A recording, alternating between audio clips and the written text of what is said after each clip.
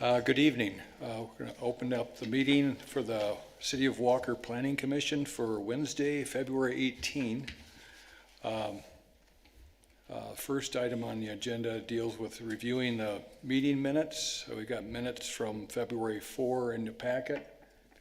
You have an opportunity to take a look at it. Any comments, questions, corrections? I'll make a motion to approve the minutes. Second.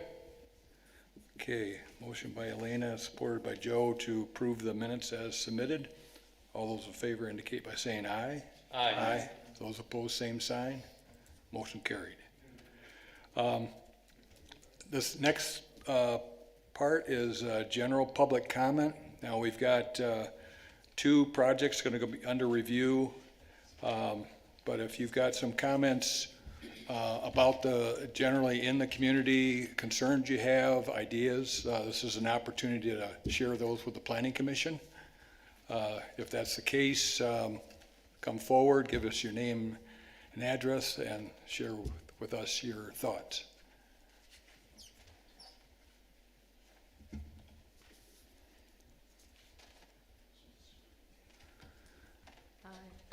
I'm Dorothy Pater, and my address is 1483 Ferndale. And we've been having an issue on our street with cars parking on both sides of the street. Even with this, now that it's not snowing, but we could not back our cars out of our driveway either way. And I just feel that there's cars that are parking way too close to fire hydrants. And obviously, the police had gone down through the street and didn't see an issue, but he didn't have to back out of our driveways.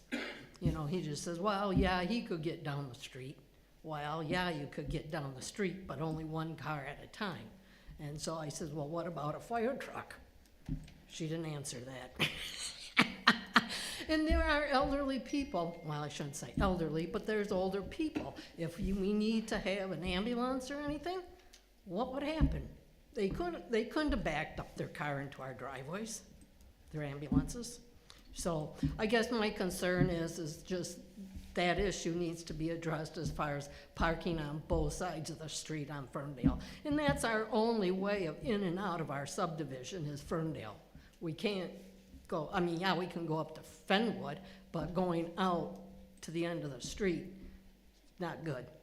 And even today, there were cars, I mean, I don't know what's going on at the high school, but I mean, before it was just at ball games. Well, now it's during the day. So anyways, that's my concern. All right, well, thank you very much. And city staff, they can communicate with others, their fellow colleagues, as far as how that comes into play. Again, we appreciate your comments. Anybody else? Okay, seeing no more, move into our regular agenda for case reviews, case 26003, and Paula Preby, Planning Director for the city, will introduce the project. Thank you, Chair. I'm going to pull these plans up here after I orient us a little bit. So here we are in South Walker, near the corner of Riverbend and Wilson. This is Hope School, and they are coming to the Planning Commission today for a courtesy site plan review. For schools, we look at the plans. There won't be a motion. We don't take formal action. There are certain elements of the review that schools must comply with, more of the technical engineering type things, but planning and zoning, we're doing a courtesy review today. The school is intending to expand their parking lot here along Wilson and reconfigure the drive access to Wilson as well. So currently there is a house near the school. I'm not sure the exact use of it, but I believe it's affiliated with the school and the church, and that house is being proposed to be raised and the parking lot expanded and reconfigured, adding some additional parking to the school. The They currently have more parking than the ordinance minimum. And so this is not something that's driven by the city saying they need more parking. It's driven by the school and their needs identified that more parking would help them. So there's currently a minimum required of 75 spaces. The school currently has 130 spaces, and then they're adding these additional spaces to the parking area. And the parking is currently, so you can see here, so this is along Wilson, and this is that house that will be raised and the parking area expanded here. There's parking on this side of the property. There's also parking in the back. The school shares parking with this church. Then there's some parking as well on their property. And so additional parking on this side as well is what is proposed with this plan. The one note that I do have from a planning or zoning perspective is that the city's requesting the school combine this lot with this house on it, where the parking lot is being expanded, combine that into this larger 1545 property. It can create some issues when it's on a separate parcel. We do see it on occasion, like you see in the rear to the west of the school building over here. It does happen, but it is not best practice. It can create issues, and a parking lot with no other principal use is a use in our zoning ordinance, but it's a special land use. It requires additional scrutiny, and if the school were to just do a lot combination and add this lot in with the rest of the property, it will resolve that concern and smooth away potential issues down the road. So that is a recommendation. I don't have any other comments about the plans. The applicant met with the staff site plan review committee, addressed most of the staff comments at that time. So that's all I have for you on this one, but I'm happy to answer any questions that the board may have. Thank you, Paula. Commissioners, any comments or questions for Paula at this point? Okay, seeing none, we'll go to City Engineer Scott Connors. Well, we've talked quite a bit about this area the last 6 months or so with a couple of different developments. One of the big issues has been the lack of sidewalk in the area. And so we have asked them to consider putting sidewalk along their frontage. We think that that's, certainly a good start to the network that needs to be built in that area. Because this is a courtesy review, we're kind of soft-handed a little bit with that recommendation. I don't know what's going on with this. I'll have to lean over here. Two other items are related to stormwater. We've asked for some additional information on the storm sewer so that we can determine where the water's going out there. Stormwater is a really big deal in this area. If you remember, there was a $1.7 million county drain project out here that was very controversial. And a lot of it is because there's been development without stormwater controls and detention. And that kind of leads to the last comment in our memo. They will have to get a stormwater permit. They're not exempt from that. And they'll have to come into compliance with the terms of the ordinance related to that permit. So it's probably smart to, well, you don't have to make a motion, so you don't have to consider that as a condition, but might be worth talking about. Thanks, Scott. Commissioners, any questions? Yeah, Scott, has there been any traction on the safer route schools, or are you suggesting adding the sidewalk along the Wilson side, or mostly just continuing on the Riverbend side? Two parts there. So if this was a normal site plan that was coming in, they would have to put sidewalk on the Wilson frontage and along the Riverbend frontage. And so, we might have the argument that we get sometimes that it's a sidewalk to nowhere. I've actually got, you believe this, I've got a bunch of private friends that own private businesses that scream about this all the time, and then I have to kind of say, well, here's the other side of that argument, and I get beat up in my private world too. But it does have value because it does get added onto later. It becomes the seed that turns into the sidewalk network. So because they aren't requiring site plan approval, it's harder for us at staff level to require that. Safe routes to school, we did reach out to both schools here, Hope and then Covenant Christian, and provided them the safe routes to school information. Unfortunately, we've never gotten anybody to call us back and say, we want to do that, let's collaborate, because it does require some effort from the school to put together an access management plan. Again, as a recap, we as an Act 51 agency can help them do a lot of that stuff, and we can be eligible for the grants and do the projects for them and everything. So after that initial plan gets put together, it gets pretty easy, and there's a lot of money out there for safe routes to school. So again, that's another thing that I think you folks can push a little harder than we can.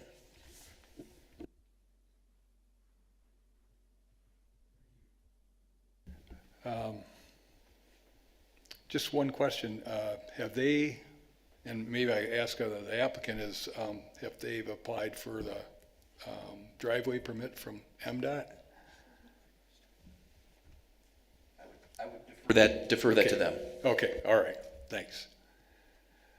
All right, at this point, if we have a representative from the applicant, if you can give us your name and address and share with us your thoughts. Good evening. Thanks for considering our project. I'm Dave Henko with Feenstra and Associates, the civil engineer, 3145 Prairie, Southwest in Granville. I'm here with a couple members of the building committee. Yeah, because we believe we have a need for the parking lot because most of the gatherings are on the gymnasium on the east side of the school, and it would be very convenient and helpful for people to park over there. And of course, yeah, we don't want them parking on the streets. We have not applied for the driveway permit yet from MDOT. We will after this meeting. Yeah, with that permit, we will have to address drainage. MDOT has their own set of standards, so we'll have to meet both different standards when we apply for the stormwater permit and also the MDOT entrance.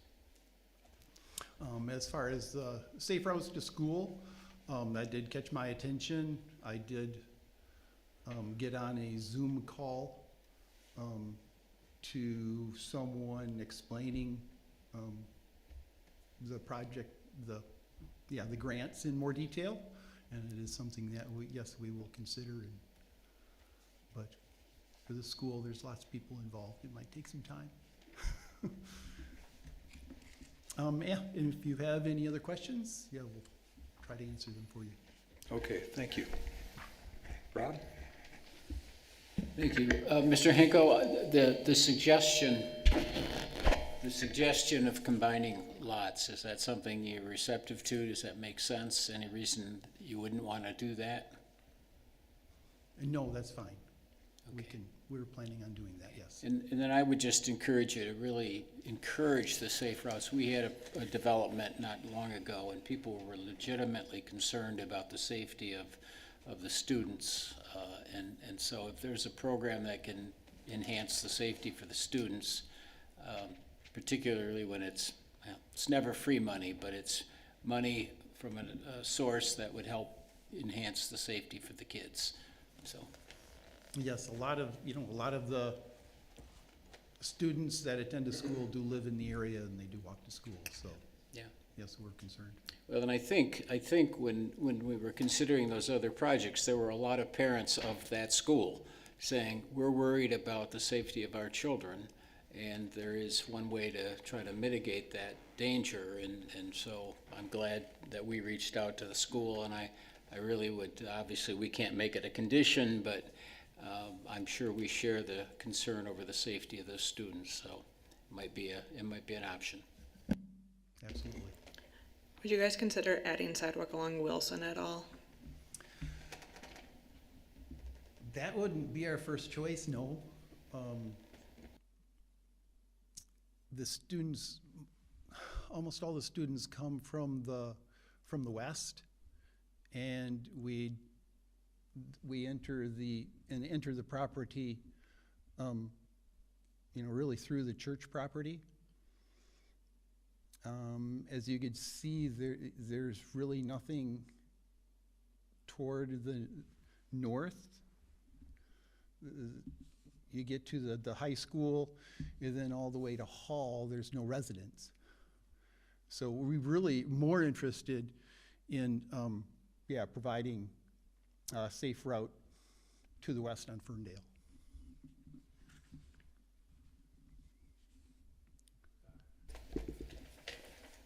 You talked about entering the school through the church property.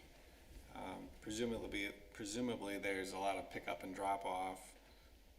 What would be the typical traffic pattern of that, and would this parking lot addition change that or modify that in any meaningful way? It really wouldn't. The western parking lot is used for the pickup and drop off of students by parents. And there's a drive off of Ferndale and also one off of Riverbend. So the cars loop through in one direction. The east parking lot is used for the teacher parking, and also the buses pull in to drop off the students on that side of school. So we do keep them separate. And they'll continue to be that way.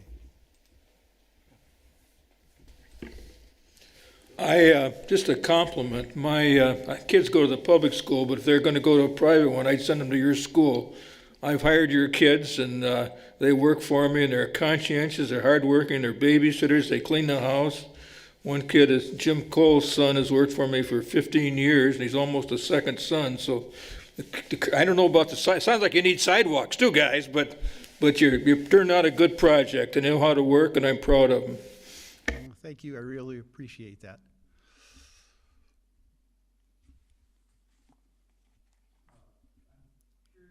Curious about, is this a K through 8 building? Correct. Now, how many students that go there? Approximately 200? Okay. Now, it sounds like a good portion of them walk back and forth to school then? Yes, in the summer, or maybe not in the winter. Yeah. But yes.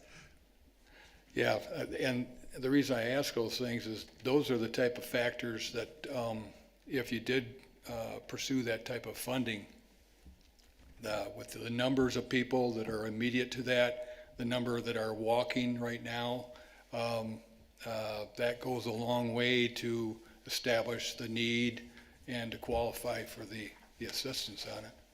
So, and because right now, as they come out of there, the students that come walk home, sounds like a lot of them go to the west, like you say, through the church parking lot. But I would imagine there's maybe a number of them that do come out to directly to Riverbend. And right now, it looks like you're widening that driveway that goes into the property by what, about 6 feet, thereabouts? Yeah, approximately. Yeah, and a sidewalk generally is about 5 foot wide. I don't know, that may be an opportunity to formalize something there so that there's a more direct path going back through. But again, as Paula pointed out, a lot of ours is just providing you with some perspective and comments on it. And although with the city engineer's office, that has, those are things that he would be working with you directly to work through those issues. Okay. I guess with that, anything else that we want to bring up or share with them?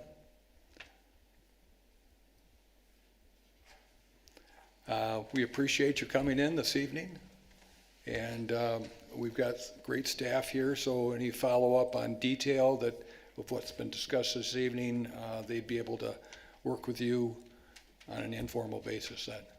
Okay, thank you for your input. Thank you.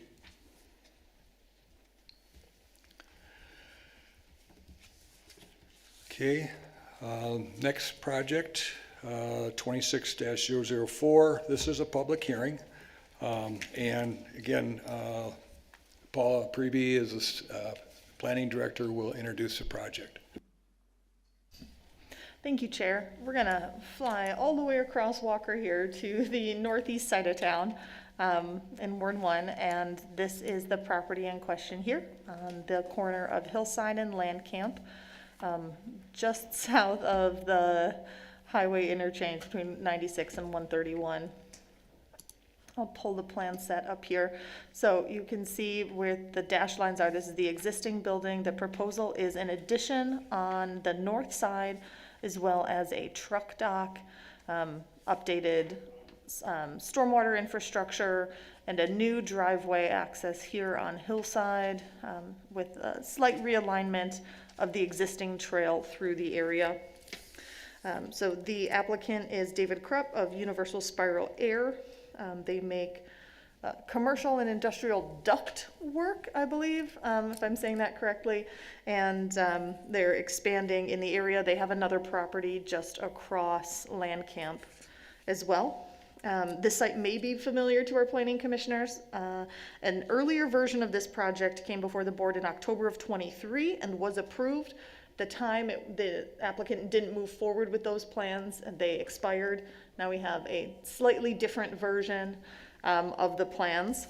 And this project also went to the Zoning Board of Appeals last month regarding the front yard variance. So I'm going to zoom in on these plans here to show you in a little more detail. So you can see this line here, 40 feet, that is the front yard setback line for an I-1 industrial property. The site's zoned I-1.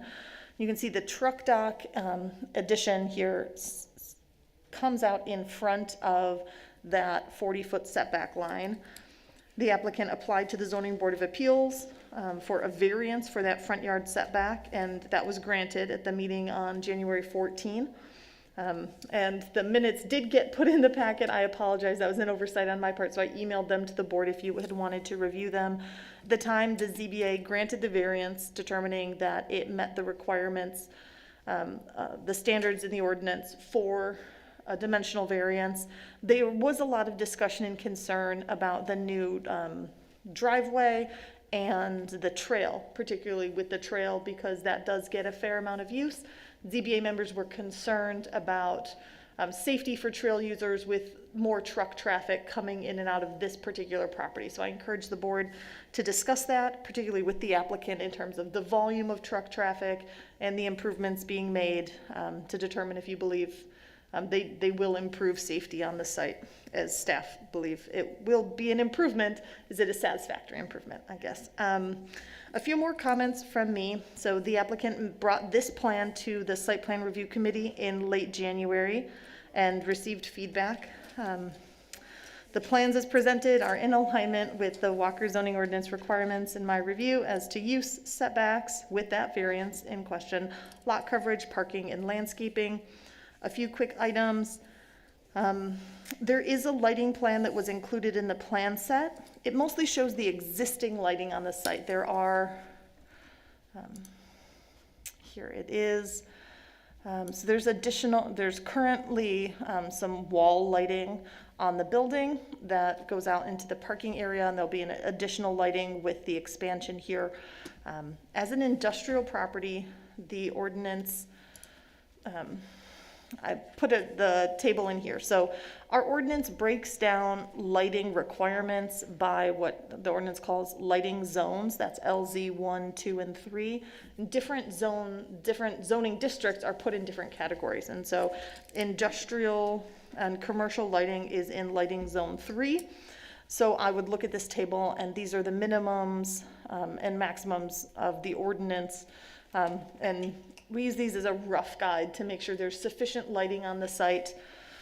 So here, looking at parking lots, hardscape, driveways, etc., the minimum for this lighting zone is 2.5 foot candles. And then we look at the map here, and you see that against the building there is some light, but it doesn't reach all the way out across the parking or thoroughly into some of the drive access. So my recommendation is that the board includes an updated lighting plan as a condition of approval that falls in or comes much closer to that range identified in the ordinance, as this current plan falls a bit short. And that's something that I would be comfortable reviewing and approving administratively if the board felt comfortable with that. The other item I've noted in my plan, my report recommendations, you see there is a dumpster pad identified behind the building here. That is roughly the location of the current dumpster on site. Our ordinance, as this is now coming to the board for additional development, requires that certain items be brought up to the current standard, which includes a dumpster enclosure. So if the applicant is going to keep the dumpster outside, it must go into an enclosure, or it could alternatively be moved into the building. Some industrial businesses prefer to have it in the building if there's access nearby for it to be emptied. So there's two conditions of approval that I am recommending to the board regarding the lighting plan and a dumpster. The applicant might have more information, particularly about the dumpster, that might change that. But that is what I have for the board in terms of conditions. I'm happy to talk in more detail about the Zoning Board of Appeals in particular. That decision was made, but if you have questions about that or the concerns of the board or want to see anything else on the plan set, here to help. Thank you again, Paula. Commissioners, any comments, questions?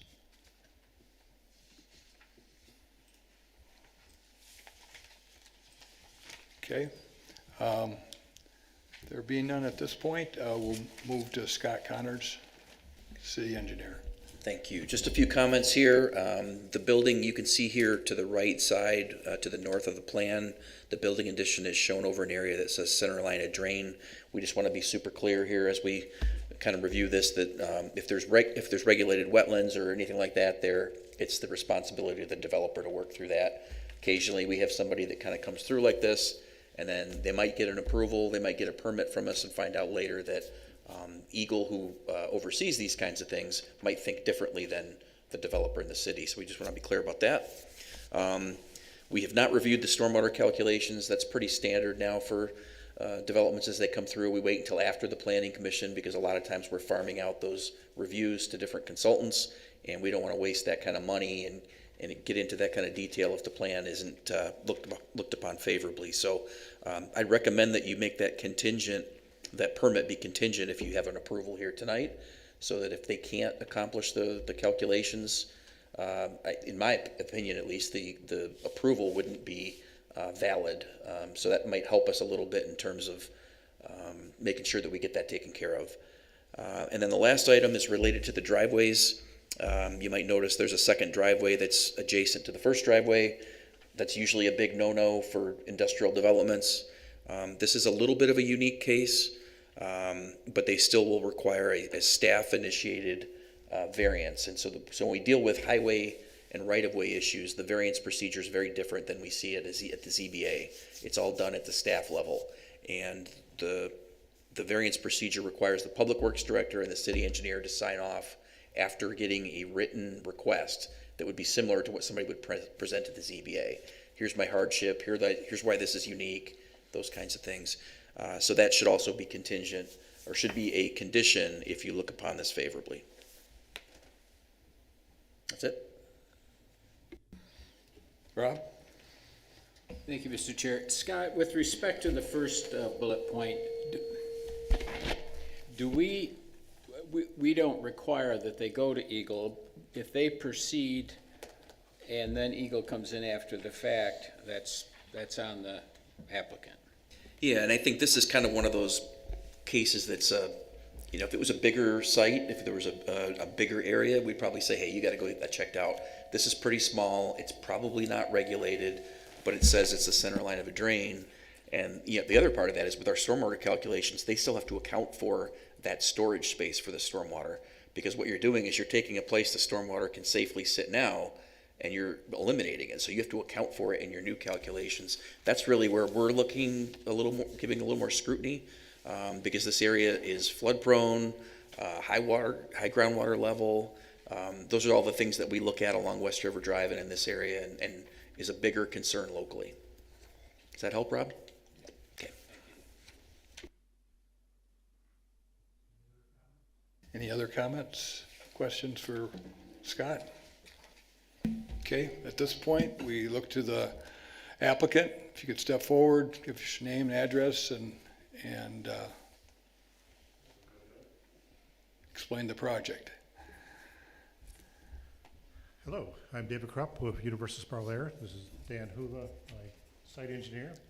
We've been working on this for a number of years, and we are finally coming to you guys again to seek approval again, I guess, and I'm happy to answer any questions, but we need this to have more space to continue our business, and we're hoping that you guys will approve it and let us keep our people working and not move out of City Walker, because I guess if you guys don't let me do it, then I guess I gotta move. I don't want to, but eventually we've gotta figure out what we're gonna do. You want to address the number of trucks that would come in during a week Yeah, I mean, and what type they are? okay, so majority of the trucks going in and out of here will be 26-foot box trucks. And, you know, every day there will be truck traffic going in and out of it.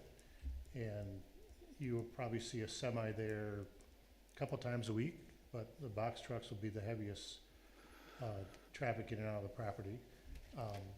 And then a little, you know, background on why that we want the second driveway. So my neighbor on this property drives in this property also to get to the back of his building. And we originally had a plan to put the truck dock on what I call the south end of the building. And we didn't like that from a standpoint of the safety of the path, because we wanted to be able to drive in the center drive and then pull up and back into this dock. So we're kind of purposely doing this to try to make it more safe for the trail, for what it's worth. So that's a little history of the extra dock. But, you know, we feel the dock's gonna, I mean, the extra drive is gonna make it safer, so, you know, like, employees can come in one driveway and the trucks can come in the other driveway. And, you know, otherwise you're gonna have, you know, my neighbor, my employees, and my trucks all trying to get in and out of one driveway. And we didn't feel that was a safe environment to have. So that's a little bit of history of why we came up with this current design over the one that was presented years ago. So, any questions I maybe have not addressed? My Dutch wife would say the site looks a little disorganized. Is that a true statement? Well, just because we got a lot of stuff on a small piece of land, you mean? Yeah.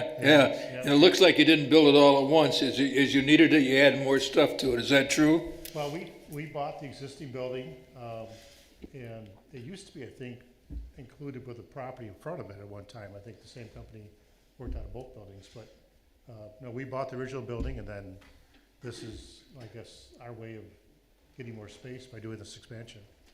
So, yep. Is the addition of the second drive, is that the reason that the bike trail is, or the pedestrian trail is being moved closer actually to your operation? Yes, yep. Yep. Thank you. Yeah, the driveway, you know, is so wide out there, you wouldn't want to have the people drive all across that longer distance. Yep. So our zoning board of appeals encouraged us to speak specifically about the new driveway crossing the trail, how to make it safer for the trail users, or safe as possible. Have you given that any thought? Are there any tools, anything you can do to make that as safe as possible for the trail users? What do you ask of all the people on all the trails throughout the city of Walker? Like if you take this trail and you follow it up to the street, I counted tonight that it crosses 12 driveways when it gets up to Alpine. So what do they do? Just in general, I'm just trying to understand what you do all over the city of Walker for trails.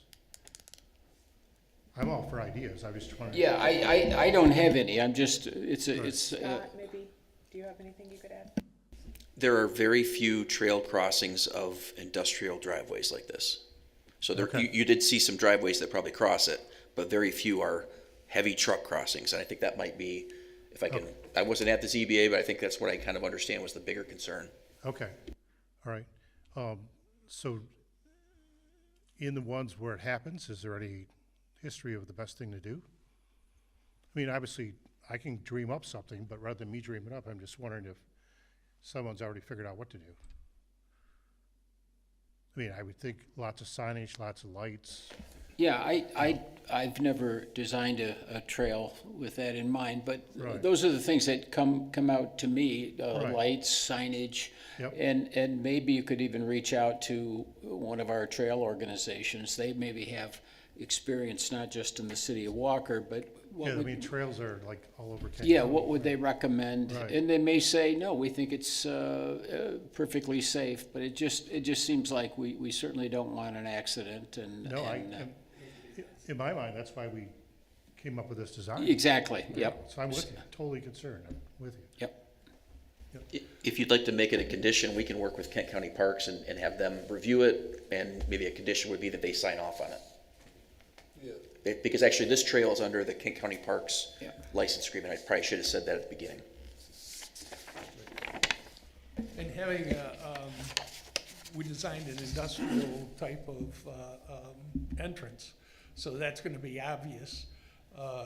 We moved the trail back to 1 foot off the property line, or the right-of-way line, which is where sidewalks usually are.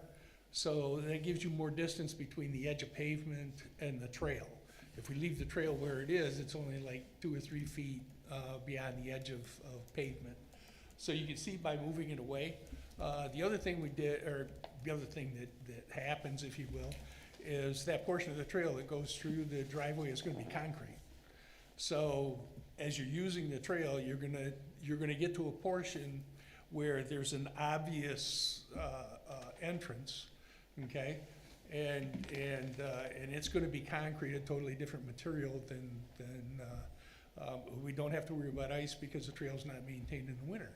So, you know, those are things that I looked at when I was putting this together as to, you know, what we could do to make that trail a little more obvious for people that are using it. And also the traffic that crosses it, the truck, basically large trucks, or the box trucks, are pretty obvious when they're coming into the driveway, okay? And they're not speeding or anything else. The other driveway that we have there where the employees, the neighbors, you know, that's a little closer to the corner, okay? That's a little less obvious, but it's still, you know, we're not taking trucks across that. So we've separated the truck traffic and made it very obvious that that's a truck crossing, and left the other one there for the traffic that normally uses it today. So we did what we could, putting up a sign. We would, you know, if that is a recommendation, you don't have a problem with that at all. Yeah. Sure. Yeah, so I wasn't trying to be argumentative, No, I'm trying to learn what someone else might have already said, well, this is what you do. No, and Mr. Chairman, I'm obviously we're not ready to make a motion, we haven't had our public hearing yet, but what I was thinking is, I'm reluctant to condition it on sign off by the parks, because they may find the only thing to make it is that there's no traffic at all, no vehicle traffic, but what I would suggest when it comes to the motion is something like that you will consult with Kent County Parks regarding reasonable safety measures, if any, that they recommend, and then have our administrative folk sign off rather than the parks, because the parks, I mean, their mission is to, I mean, they may not be at all interested in whether your vehicles can access it. I'm not being critical of the parks, but this would give it a more balanced, yeah, this makes sense, it's not costly, and it could enhance safety, so. Appreciate it. Yeah. Do you guys have any opposition to upgrading the lighting more No. to align with it? And then one other question I had for the driveway, the existing employee and the neighbor access driveway, is there a cross-access easement agreement that you guys have for access to that drive? Because I do have concerns with it so close to that corner as well as to the new drive. We do have a cross easement drafted that my neighbor has to sign, and he's waiting for, I guess, this meeting, just to make sure everything's gonna happen, and he's gonna sign it. Right, and basically it's 50 feet from the south edge of the pavement, if you will, from the existing driveway so that they can drive across that. It would have to be modified for him to come in the other driveway, drive all the way, around the building and to access his property if we only have the one driveway. That's why we left the existing driveway there. Okay, and that's what we use for the easement. So again, if we don't have that driveway, employees, trucks, the dumpster truck, everybody else is gonna have to use a big driveway and drive all the way around the building in order to access that. So that's why we left it there. And then again, we'll be, working with staff to make sure that everybody's happy with the driveway configurations the way it is. And he doesn't access that driveway very much. It's kind of just a maintenance drive to get to the back of the building down there. So it's not a regular driveway. That was gonna be my next question. If it's more of a maintenance drive, I'd be more considered to wanna close that to have them to actually use the main drive. I understand you have to drive around the building, but if we can avoid having it closer to that corner and be more alignment with our agreements that we have with what our rules are for the spacing of the drives, because when I drove past, I noticed there wasn't a ton of cars on that back side there. The only opposition the neighbor might have is, he's got a lot of, big stamping presses in his building, and when he moves them in and out, he comes through that driveway. And I don't know if his trucks could navigate the other driveway. Just- Well, we had talked about a unique situation there too. Is it something that we could I don't know, from the staff side, don't allow traffic other than for the stamping time? I don't wanna put a requirement on it for just that time, but it seems like if it's not used frequently, I don't know. The more that I hear it, the less comfortable I am. I know, that's what I So it's mean. almost like debate this less because I'm getting less comfortable. But the one thing I would say, the easement I thought and we thought was already recorded the last time around. If it's not, it really should not cover those parking spaces. It says 50 feet ingress egress. It really should be that 32.6 because the minute that goes on those parking spaces and we get into a little argument between two property owners, it might not be these two, but it could be the next two. Then they could restrict those cars from being in there as well for the parking. So I would ask that maybe they make sure that that's not included. We can change that, that's fine. Yeah, that's That's a good Yeah. suggestion. exhibit, yep. And then The what other about thing- enclosing the dumpster pad? Okay, the dumpster pad is basically, you can't see it. It's in between the two buildings. Yeah, it's in between the two buildings to the north and the south. And it's, on the other side, you have this huge bank going up to I-96. So there's three sides of it you really can't see. The only way, or the only actual visual that you would have is from land camp. And we put together the, Yeah, I can see it with landscaping though. yeah, we put that on a landscaping you have a plan tree because it used to, on land camp, you couldn't see in there. And I'm not sure who came along, whether it was the county or the city or whatever, cut down all the vegetation along that drain that runs on land camp.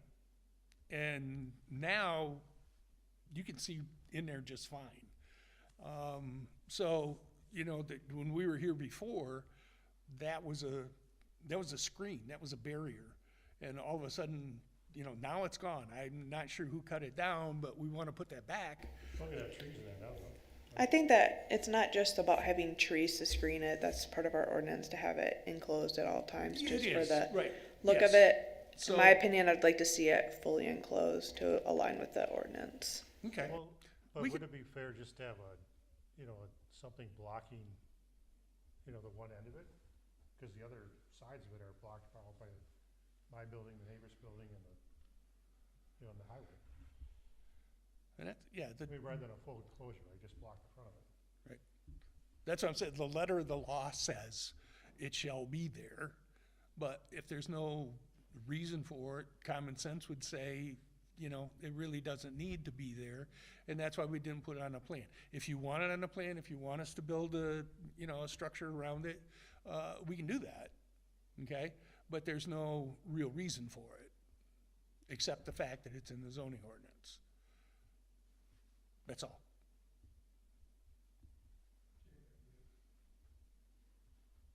Yeah, mine isn't parking related. Mine is more drainage related. Sure.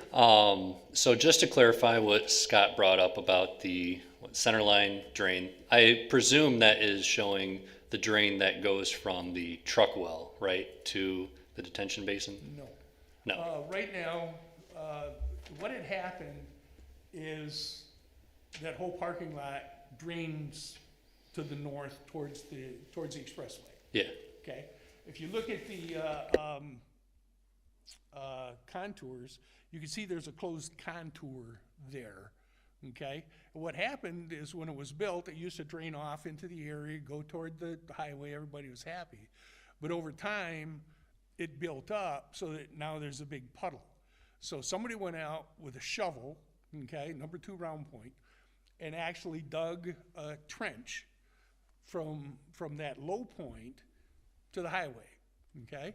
The surveyor picked that up and called that center line drain. Was an engineer, I'm not gonna take anything off the plan that the surveyor put on the plan, okay? So I went out and checked it today, okay, just because it's all rainy and stuff.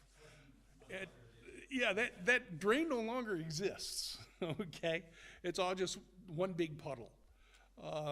So that's what the center line drain was that, because when I got the survey, next thing I do is I go out and, you know, in the field and take a look around and make sure that everything on the survey is there, they didn't miss anything. You know, there's nothing that you know, that I need to take into account, okay? And so that's what I did, but that's what that center line drain was this shoveled ditch, if you will, that took the water across it, and since then, it's pretty much filled in. So the water is backing up on the on the asphalt right now, so that's what that is. Yeah, and it's ponding a lot of places right now. So a question about the survey. So the survey was for, because you said the surveyor went out, it was just specifically for this property, right? Yes. Or was it surrounding area at all? No, it was, yeah, standard topographic survey, topo survey. Okay, because I just had only because of my background, I had a slight question about the drainage area that was decided here to drain to the retention area, and I just slightly questioned that a little bit. I was only looking off of like LiDAR topography, Right. and so I think that might need to be revisited a little bit. Yeah, when we get into the drainage areas, that's, you know, that, we did that back in when we first came. So we just need to modify that a little bit for, you know, some of the stuff that we're changing. Mm-hmm. But yeah, they're not really changing. That's all I had. For the new truck dock, are you expecting semis to be using that as well? Occasionally. How would they get in there? That was the whole dream of that center driveway. They'll pull in and take a left, driving on our property and then back into the dock. Yeah, there you go. So they'll come in, take a left onto our property and then back in. So no backing into our property, all the backings that happen on our property. On the property, yep. So they're actually pulling across the trail, okay, or the realigned trail. You see the red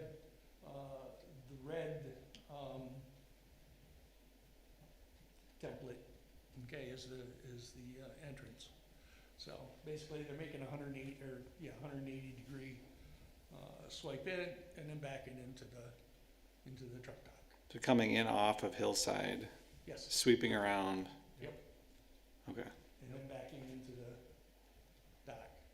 So the pink one is the one leaving, right? The what? The pink template is the leaving, yeah. The pink and the green chose them out, so they all fit.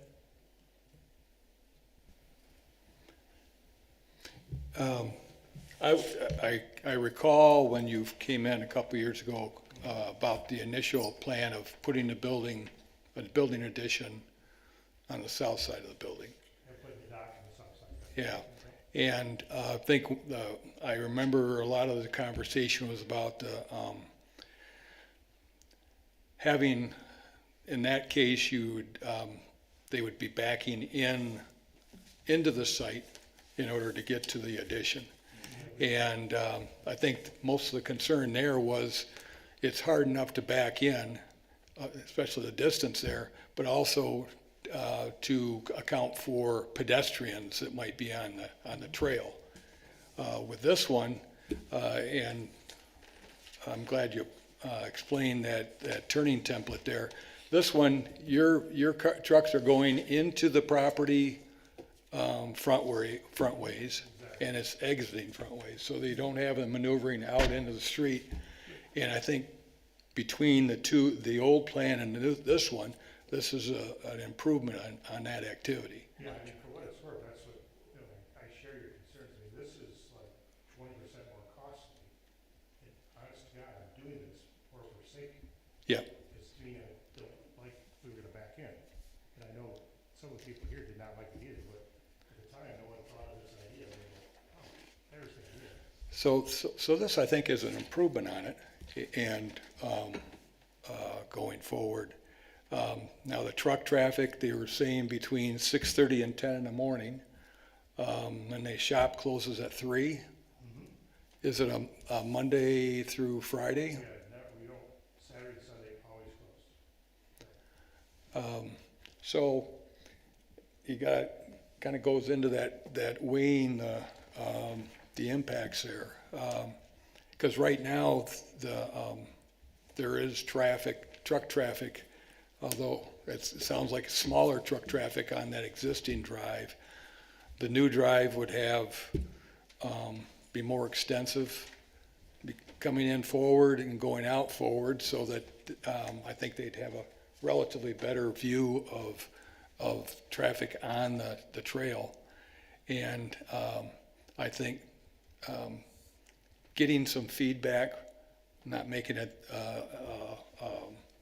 I guess as Rob pointed out, you're gonna get feedback and perspective from the county, but to be able to use on a staff level to ascertain whether or not there's any additional measures that can improve the safety of it then. That's just a take I have on that part of it.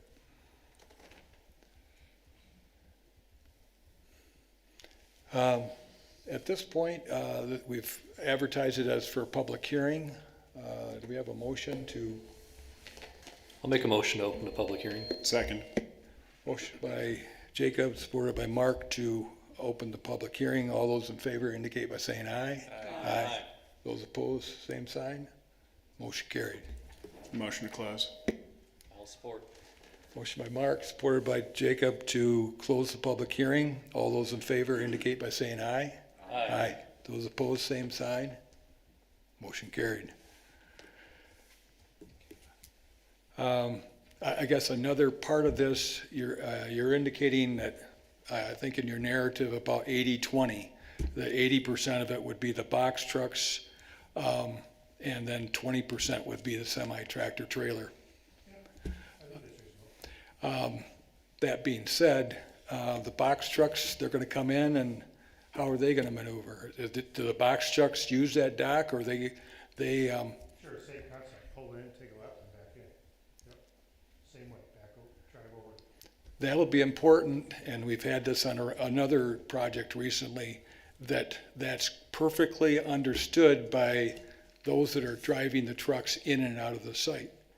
Yeah, well, I mean, that's gonna be the most efficient way. There wouldn't be any logic to back in off Hillside. That would be, yeah, it'd take a lot longer. They would never do that. A lot more difficult. Yeah, much more difficult. would it be self-evident to a driver who had never been there before that they could make that turn? Sure, I mean, 'cause As a truck driver, yeah. yeah, yeah. Because you'd have to, I mean, it'd be crazy. You'd have to drive your box truck down the end of the street, turn around, come back, and then back in. I don't know, there wouldn't be any reason to do that.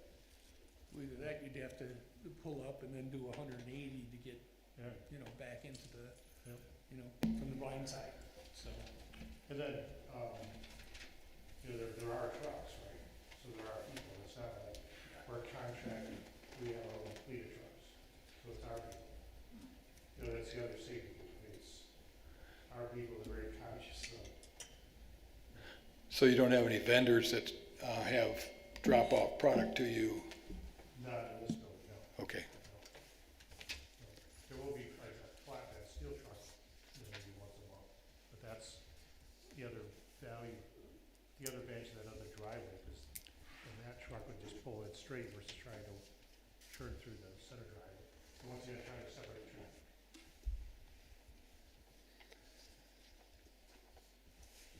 Well, Commissioners, we've had a lot of conversation here. Got recommendations from the planning director and city engineer. Mark? All right, well, I live in the neighborhood right behind you guys. So I have some opinions. Slightly orthogonal to this, it would be great if the old cranes and whatnot in your driveway were something would be taken care of. It's a little bit of an eyesore. Other than that, I regularly use this trail during all weather in which it is not snowy. I have no problem whatsoever with what they're proposing. There's a big hill coming down from the west, but there's that 90-degree corner right there. No one's going to be flying through there. It's open. It's visible. I suppose it's possible that people could be using it in the fall or in the spring when there might be a truck out there when it's dark. So the only thing I would consider saying really with that is that there's sufficient light to clearly be able to see if something's blocking the driveway there. But really you'd have to be negligent to have that be a problem, especially if you go down that trail into Comstock Park where it goes past the asphalt plant. There are big trucks coming in and out of those places, and you're entirely blind to them. It's the danger's in a totally different league. Only a mile or two down the trail is not really a worry. Beyond that, I have no issue with this. In fact, I'm happy to see some of that forest there get cleaned up. There have been vagrancy problems with that area of land. Things have been stolen from the neighborhood and found back in that area in the last couple of years. We fought off the homeless for years. Right, and so I look at that and I see a major problem area for my neighborhood getting cleaned up, put to productive use. Other than wishing their parking lot didn't have an old crane in it, I'm perfectly happy to see this go forward. I use that trail. I live on the west side of Alpine, but I use that trail. I normally approach that trail cautiously, especially when it turns there and then goes south. It looks, there's going to be a detention basin there. Now, it may only be 6 feet deep, if I'm looking at that right, squinting. 6 feet deep. Like I said, I exercise caution there, but first-time users or something coming down there, and there is kind of a nice drop there from 3 Mile Road onto that trail. Will there be any fencing or anything there to keep somebody from flying into the detention basin if they're unfamiliar with the trail? I have no problem with the fencing, if that helps. Actually, the slopes are 1-on-4, okay, which are completely traversable and recoverable, according to MDOT. So, and the other thing is, there's gonna be no water in there 99% of the time. Well, more than that. Because it's only a temporary, it's temporary, it's under drained, so there's not gonna be any water. Okay, the 6 foot is just a 6 foot slope, okay? If there is water in it, the maximum you're gonna get is a foot deep. So, But I don't have a problem with fencing. yeah, we don't have a problem with fencing, but if it's not necessary, Yeah. I think it'd probably be better not to have it, you know, aesthetically. So anyway, that's what we have. I don't have a strong opinion either way, but if my 6-year-old was flying down that hill and I had to choose between a 2 to 3 foot deep water versus him hitting a fence, I'd probably choose the water. I guess that's the other.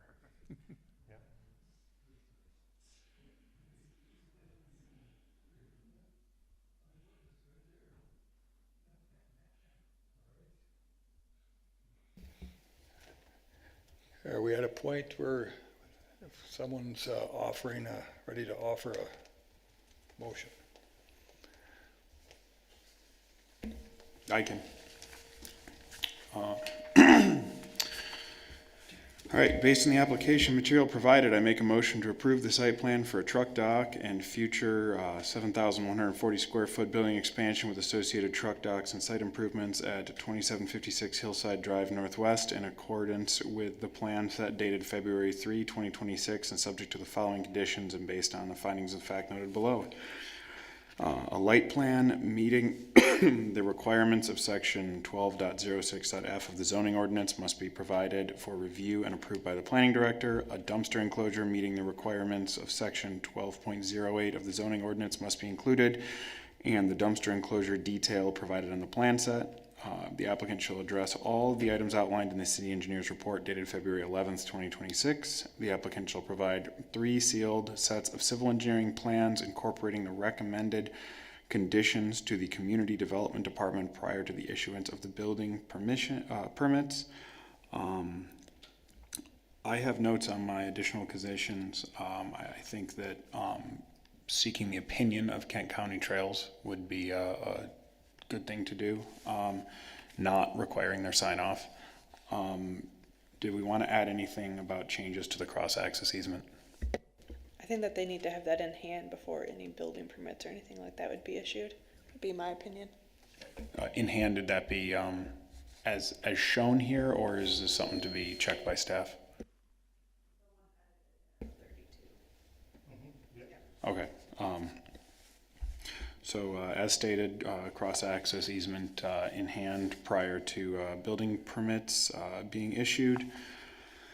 Findings of fact per section 18.08, 1, the dimensional arrangement of the building and structures conforms to the required yards, setbacks, height, and other regulations of the ORP zoning district.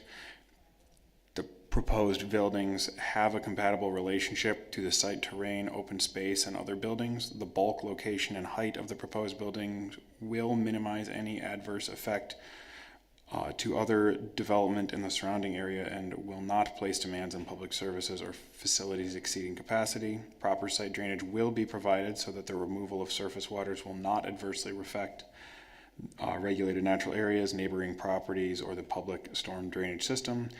The provisions for parking and for vehicle and pedestrian circulation on the site and onto adjacent public streets will not create hazards to safety and will not place demands on public services or facilities more than capacity. Exterior lighting will not create undue hazards to motorists traveling on adjacent public streets, nor damage the value or diminish the usability of adjacent properties.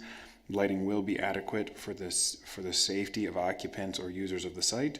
Landscape buffers will be preserved or provided to ensure that proposed areas will be adequately buffered from one another and from surrounding public and private property.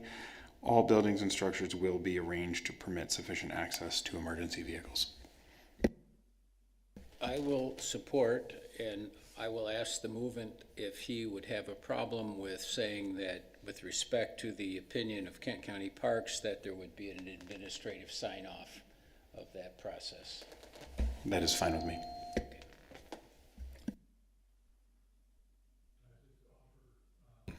Just noting on the first finding that it consistent with the ZBA action, they'll be then conforming, because they did secure a variance to go then lesser than a standard setback. Yes, yes.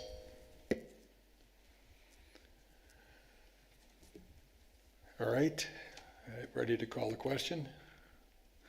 All those in favor indicate by saying aye. Aye. Those opposed, same sign. Motion carried. Thank you.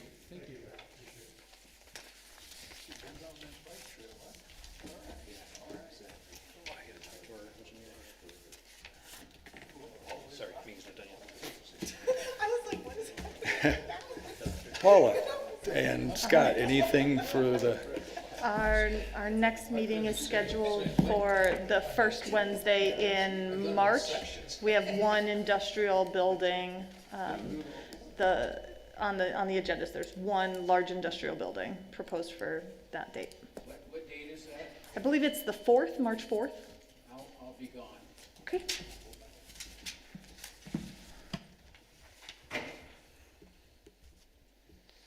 Motion to adjourn? motion by Jacob, supported by Mark to adjourn the meeting. All those in favor? Aye. Those opposed, same sign. Motion carried. Thank you.